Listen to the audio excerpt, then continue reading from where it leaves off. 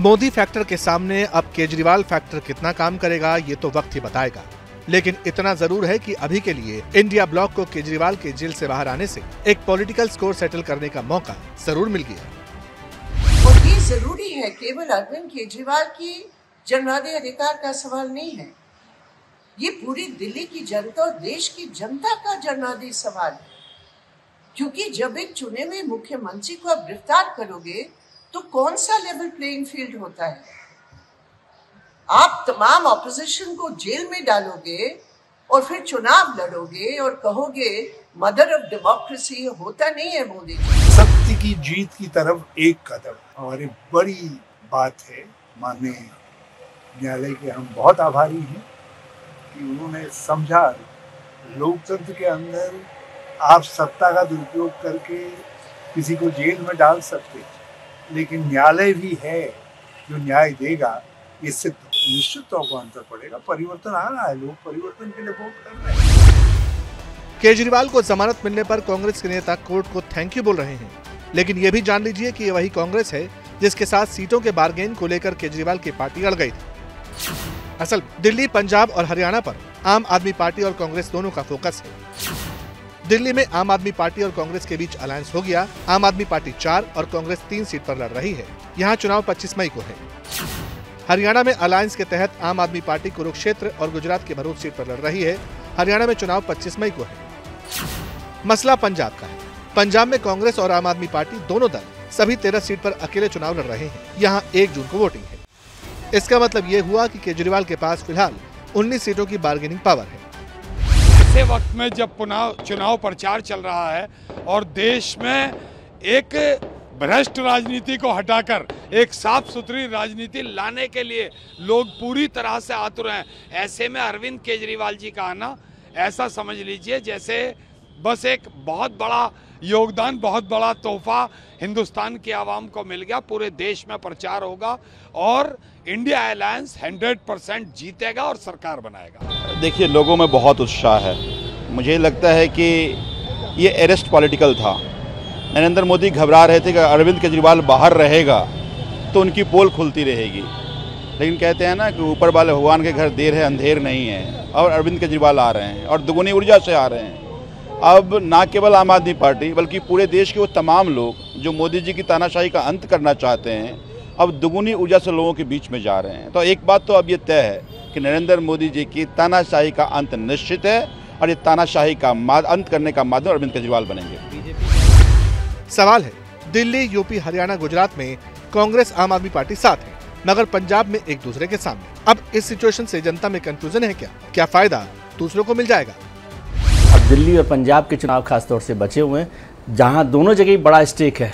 पंजाब में तो 13 सीटों पर है, तो पंजाब में भी यदि केजरीवाल जाते हैं तो वहां पर बहुत फायदा होगा। और दिल्ली में जाहिर है कि जहां भारतीय जनता पार्टी के पास 7 सीटें हैं, वहां पर आम आदमी पार्टी ज़्यादा ताकत के साथ, ज़्यादा उत्साह के साथ चुनाव लड़ सकेगी। नतीजे क्या होंगे ये तो अभी नहीं कहा जा सकता, लेकिन एक बड़ा उत्साह, बड़ी एनर्जी आम आदमी पार्टी को मिलेगी। और आम आदमी पार्टी जो एक तरह से पिछले दिनों से नेतृत्व विहीन दिख रही थी, लीडरशिप लेस दिख रही थी, उसको फिर से उसका लीडर मिल गया। भले ही ये टेम्परेरी काम हुआ है, लेकिन अभी चुनावों में ये इसकी बहुत ज़रूरत थी।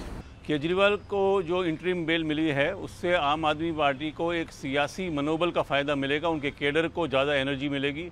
पॉलिटिकल फ़ायदा मिलेगा कि नहीं ये कहना मुश्किल है। क्या वो एक भी सीट जीत पाएंगे दिल्ली में इन सब के बाद भी? मुझे नहीं लगता, क्योंकि ये एक नेशनल इलेक्शन है, यहाँ मुद्दे नेशनल है। और यहाँ बीजेपी की, अगर आपको याद हो, पिछली बार सारी वो सीट्स लेके निकली थी बीजेपी, और अभी मुझे लगता नहीं कि एक इंटरिम बेल से इतना ज़्यादा फ़ायदा होगा कि इतना बड़ा समीकरण अचानक बदल जाए। पर उसमें कोई शक नहीं है कि इंडिया अलायंस में अब जो ओहदा है, जो रुतबा है, वो थोड़ा बढ़ेगा अरविंद केजरीवाल का, और उनकी पार्टी को एक नई एनर्जी मिलेगी। हालांकि केजरीवाल ने जेल से निकलने के बाद अपने तेवर दिखा दिए। प्रधानमंत्री मोदी पर सीधा हमला बोला। सवाल है, आने वाले दिनों में क्या केजरीवाल का इमोशनल कार्ड चलेगा? जनता उनसे कनेक्ट होगी? जहां आम आदमी पार्टी है, जब इतने उस पर मतलब लगा दिए, बाउंड कर दिया केजरीवाल जी को, वो कुछ बोल भी नहीं सकते, कर भी नहीं सकते, इसलिए ना तो उनको कोई फ़ायदा होगा ना नुकसान होगा। अरविंद केजरीवाल जी को जमानत मिलने से जो आम आदमी पार्टी के वर्करों का मनोबल गिरा हुआ था अब उनको कुछ उत्साह मिला है और जो पार्टी के लिए चुनाव प्रचार में तेज़ी आएगी, इससे भाजपा और कांग्रेस को कुछ नुकसान हो भी सकता है। इसमें आम आदमी पार्टी को कोई बहुत ज़्यादा फ़ायदा होगा ऐसा दिखाई नहीं देता, क्योंकि 2 साल पहले भी पंजाब वासियों ने आपको जब वोट डाली थी तो बहुत लहर थी उस वक्त, लेकिन इस वक्त इलेक्शन में कोई इनको ज़्यादा बहुत अच्छा रिस्पांस नहीं मिल रहा, लेकिन ऐसा दिखाई कुछ नहीं देता कि इसका कोई असर ज़्यादा अच्छा पड़ने वाला है। पंजाब में आखिरी दौर यानी 1 जून को चुनाव है, लेकिन सवाल है कि क्या केजरीवाल राहुल को बैलेंस करने के लिए पंजाब में अकेले गए हैं? पंजाब में कांग्रेस और आम आदमी पार्टी के बीच वोटों का बंटवारा कहीं बीजेपी को फायदा तो नहीं देगा? जनता क्या सोचती है? जमानत तो आप सच्चाई की वजह से जमानत हुई है उसकी, उस पर कोई एलिगेशन नहीं तो असर पड़ेगा। अभी तो बाहर आया, शेर निकल गए, अब पता चलेगा दुश्मनों को भाई क्या करना होना। पंजाब की रणनीति पक्का फर्क पैना। पंजाब जाब की सरकार है तो पंजाब ਦੇ ਵਿੱਚ ਉਹਨਾਂ ਨੇ प्रचार करना ही करना। ਇਹਦੇ ਵਿੱਚ पंजाब ਦੀ MP ਦੀਆਂ सीटां ਤੇ केजरीवाल ਦਾ पऊगा, फर्क पऊगा। काफी लंबे समय से केजरीवाल जी जेल में थे, आज जमानत होगी, बहुत अच्छा लगा।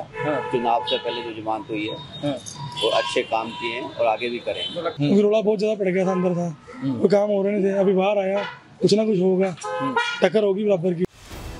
पंजाब में पब्लिक के बीच माहौल तो है, मगर दिल्ली की जनता अपने सियासी फैसलों में क्लियर है। विधानसभा में केजरीवाल चाहिए तो लोकसभा में मोदी, मगर क्या इस बार समीकरण बदलेंगे? बिल्कुल पूरे देश में फायदा मिलेगा जी, आम आदमी पार्टी को तो मिलेगा ही। जो जागरूक मतदाता है, वो समझेगा इस चीज़ को। ऐसा नहीं है कि हर आदमी को बिल्कुल फायदा होगा, आम आदमी पार्टी को भी फायदा नहीं होगा, बल्कि पूरे इंडिया गठबंधन को फायदा होगा इससे।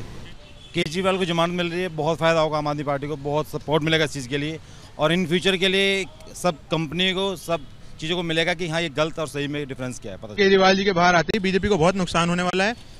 ये जो 400 पार का नारा दे रहे हैं, बिल्कुल ये 400 हार में बदलने वाला है। फिलहाल तो इतना तय है कि केजरीवाल के जेल के बाहर आने से इंडिया अलायंस ब्लॉक को संबल मिला है, और जिस तरह केजरीवाल के जेल जाने के बाद सोनिया गांधी और केजरीवाल की पत्नी सुनीता ने एक साथ मंच शेयर किया था, उससे लगता है कि दोनों पार्टी का कम से कम चुनाव तक यही लक्ष्य है कि किसी भी तरह मोदी फैक्टर को रोका जाए। अब मोदी रुकेंगे या प्रचंड बहुमत से आएंगे? 4 जून को एबीपी न्यूज पर सबसे पहले नतीजे देखना मत भूलिएगा।